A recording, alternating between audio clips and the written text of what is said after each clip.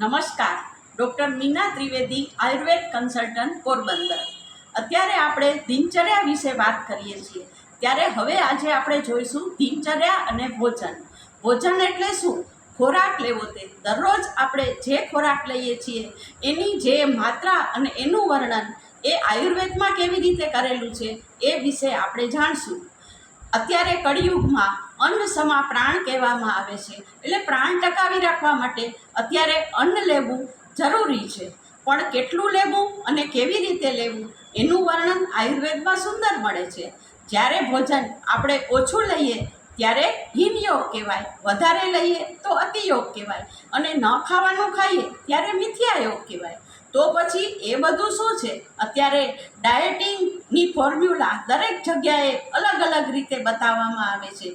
Crush dieting કરવાને ઘણું નુકસાન થાય છે. તો પછી એવું ડાયટિંગ કરવાથી તો કોઈ ફાયદો નથી. તો પછી આપણે શું કરવું જોઈએ? ઓછો ખોરાક લેવાથી શરીરનું બળ નાશ પામે છે, ઓજસની વૃદ્ધિ અટકે છે અને વાયુના તમામ રોગોનું કારણ બને છે. તો પછી એવું ડાયટિંગ કરવાની તો કાંઈ જરૂર જ નથી. આપણે કસરત કરીને અને ભોજનને પ્રમાણસર કરીને પણ આપણે શરીરને વ્યવસ્થિત રાખી શકીએ છીએ. તો પછી ભોજન કેવી રીતે લેવું? આપણે શરીરની જે માત્રાની અંદર ભોજન લેવાનું છે તો આપણે સંતોષ થાય, શરીરને આપણને એમ થાય કે આપણું પેટ ભરાઈ ગયું છે, એનાથી અડધી માત્રામાં ભારે ખોરાક લેવો જોઈએ.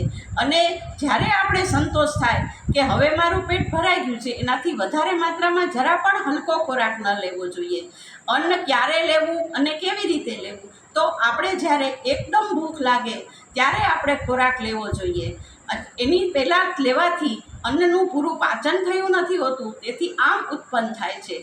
હાથ પગ ધોઈને એકદમ સરસ રીતે પ્રસન્ન થઈને ભોજન કરવું જોઈએ, જેથી ભોજનની આપણે જે સુંદરતા છે એ આપણે માણી શકીએ છીએ.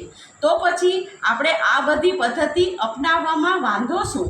અને ભોજન કેવી રીતે આપણે લઈ શકાય? તો એકદમ ચાવીને ભોજન લેવું એનો તો નિયમ આપણે જાણીએ જ છીએ કે ભાઈ ખોરાક છે એને પીવો અને પાણીને ચાવવું.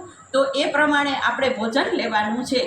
પછી ભોજન આપણે જે એકદમ ઠંડુ થઈ ગયું હોય એને પાછું ગરમ કરીને વાસી ભોજન એ લેવાની આયુર્વેદમાં સખત મનાઈ કરવામાં આવે છે. વધારે પડતો ગરમ ખોરાક, તીખો ખોરાક, ખાટો ખોરાક એ પણ લેવાની મનાઈ કરવામાં આવે છે. તો પછી આપણે એ બધા નિયમોને અનુસરીને આપણે ભોજન લેવું જોઈએ. વધારે તો એની અંદર શું જાણવાનું છે? તો કે જો વધારે ભોજન લઈએ તો પણ નુકસાન છે, ઓછું ભોજન લઈએ તો પણ નુકસાન છે. તો પછી આપણે આયુર્વેદના નિયમોને અનુસરીને આપણી ભોજનની જે વ્યવસ્થા છે એને રાખવી જોઈએ. તો પછી એ પ્રમાણે આપણે અનુસરણ કરીએ તો આપણે ઘણો ફાયદો છે. હવે પછી આપણે વિરોધ આહાર ઉપર જોશું.